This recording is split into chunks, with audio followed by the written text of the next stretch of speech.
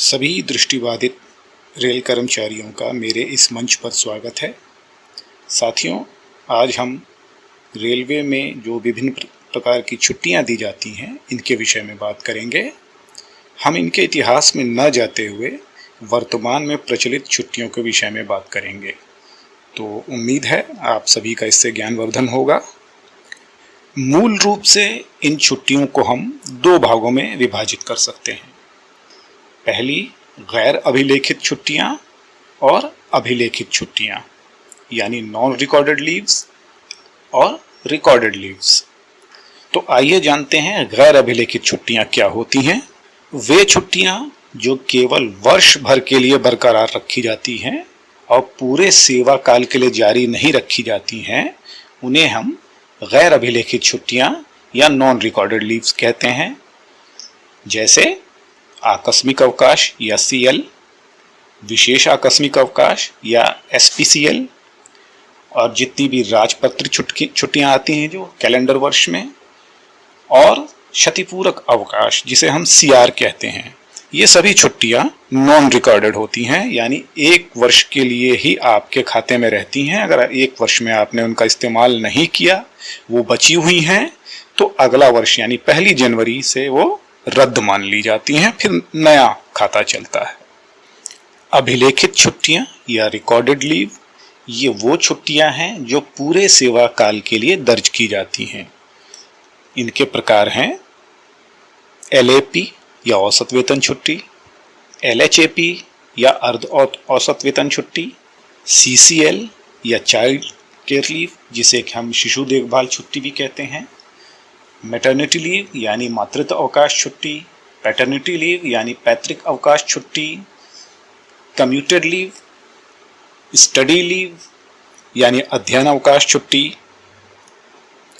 Child adoption leave यानी बच्चा गोद लेने की स्थिति में छुट्टी, एलएनडी लीव नॉट ड्यू यानी आपके खाते में जब कोई छुट्टी नहीं है तो ऐसे में भी आपको छुट्टी लेने का एक प्रावधान होता है, ईओएल एक्स्ट्रा ऑर्डिनरी लीव यानी असाधारण छुट्टी, एलडब्ल्यूपी यानी अवैतनिक छुट्टी, और डब्ल्यूआरआईआईएल ये वो छुट्टी जो काम करते वक्त आप बीमार पड़ जाएं या चोट लग जाए उस स्थिति में जो छुट्टी दी जाती है।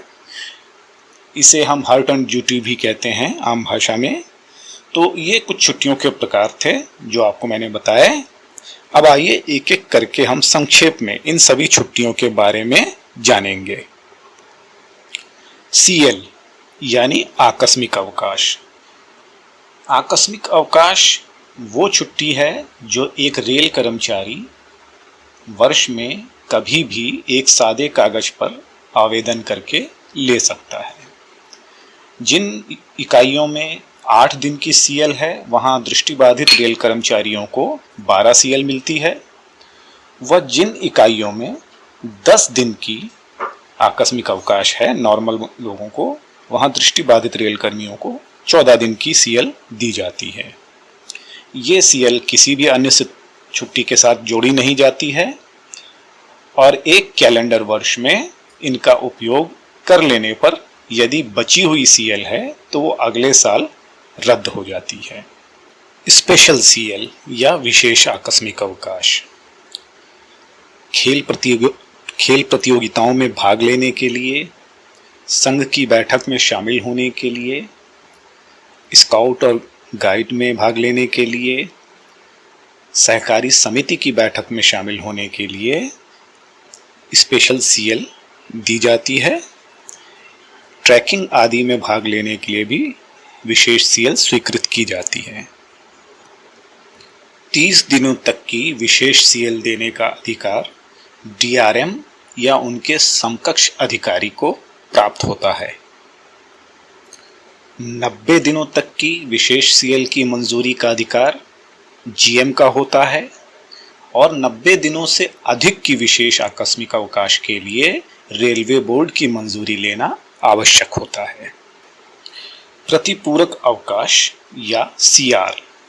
किसी भी राजपत्रित छुट्टी या निवर्धित छुट्टी या घोषित छुट्टी के दिन यदि आपसे ड्यूटी करवाई जाती है तो इसकी प्रतिपूर्ति आपको एक दिन का अतिरिक्त अवकाश देकर की जाती है। मान लीजिए आपने 26 जनवरी या 15 अगस्त के दिन ड्यूटी की है, तो इसके बदले में आपको एक अतिरिक्त अवकाश दिया जाएगा, जिसे CR कहते हैं। एक वर्ष के अंदर आपको इसका इस्तेमाल कर लेना होता है। यदि एक वर्ष में आप इसका इस्तेमाल नहीं करते हैं तो अगले साल ये रद्द मान लिया जाता है।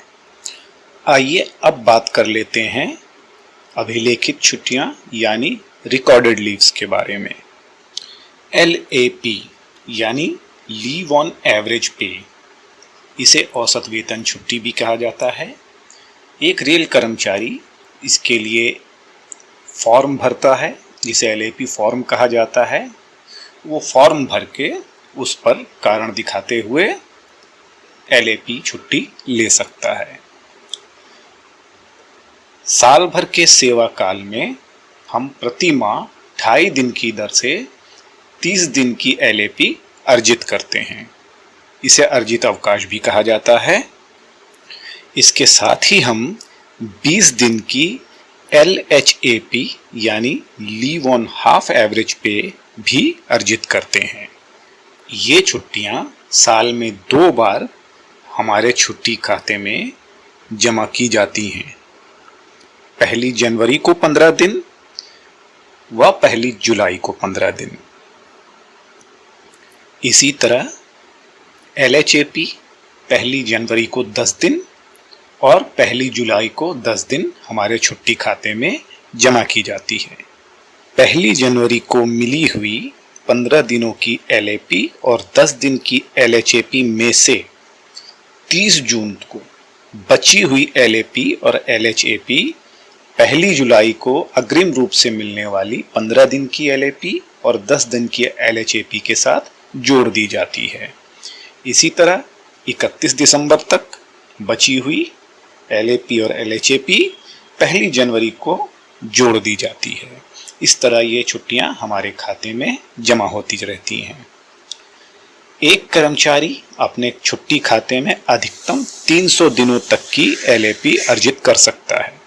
इससे ज़्यादा होने पर हर साल 1 जनवरी और 1 जुलाई को 15 दिन की LAP अलग से जोड़ी जाती है और 30 जून तक जो बची रहेगी वो 1 जुलाई को 0 हो जाएगी, यानी 300 से जो अधिक हो रही हैं। 300 में कोई दिक्कत नहीं है। इसके बाद का 15 दिन इसी तरह से मिलता और रद्द होता रहता है। यही चीज़ LHAP के केस में भी है, लेकिन LHAP को हम आगे और विस्तार से समझेंगे। एक रेल कर्मचारी एक सत्र में अधिकतम 180 दिन तक की LAP ही ले सकता है। LHAP या औसत अर्ध वेतन छुट्टी, इसे यूं समझ लें कि यदि आप एक दिन की LHAP लेते हैं तो इसके बदले में आपका आधे दिन का वेतन काट लिया जाता है। इससे बचने के लिए आप 2 दिन की LHAP एक डेट में लेते हैं तो आपका पूरा वेतन बच जाता है। यानी देखा जाए तो 20 दिन की LHAP इज इक्वल टू 10 दिन की LAP। मेडिकल ग्राउंड पे एक बार में 24 माह तक की LHAP स्वीकृत की जा सकती है। यदि मेडिकल ग्राउंड के अतिरिक्त कोई और कारण दिखा के LHAP आवेदित की गई है तो इसकी कटौती की जा सकती है। इन चीज़ों का ध्यान रखिएगा। LAP और LHAP ये दोनों छुट्टियां निरंतर चलने वाली छुट्टियां हैं, यानी इनके बीच में गैप नहीं आ सकता। बीच में यदि कोई संडे या कोई सार्वजनिक अवकाश या कोई निवर्धित अवकाश आ रहा है तो वो भी LAP या LHAP में ही गिन लिया जाएगा। ये तो वो छुट्टियां थीं जो आप रेल में नियुक्त होने के बाद व्यावहारिक रूप से निरंतर या कभी कभार लेते रहते हैं। आगे हम कुछ ऐसी छुट्टियों के बारे में चर्चा करेंगे आपको कभी भी जरूरत पड़ सकती है, लेकिन कोई ज़रूरी नहीं है कि पड़े ही, यह आपकी परिस्थितियों पे निर्भर करता है। तो आगे हम ऐसी छुट्टियों पर चर्चा करेंगे अगले पार्ट।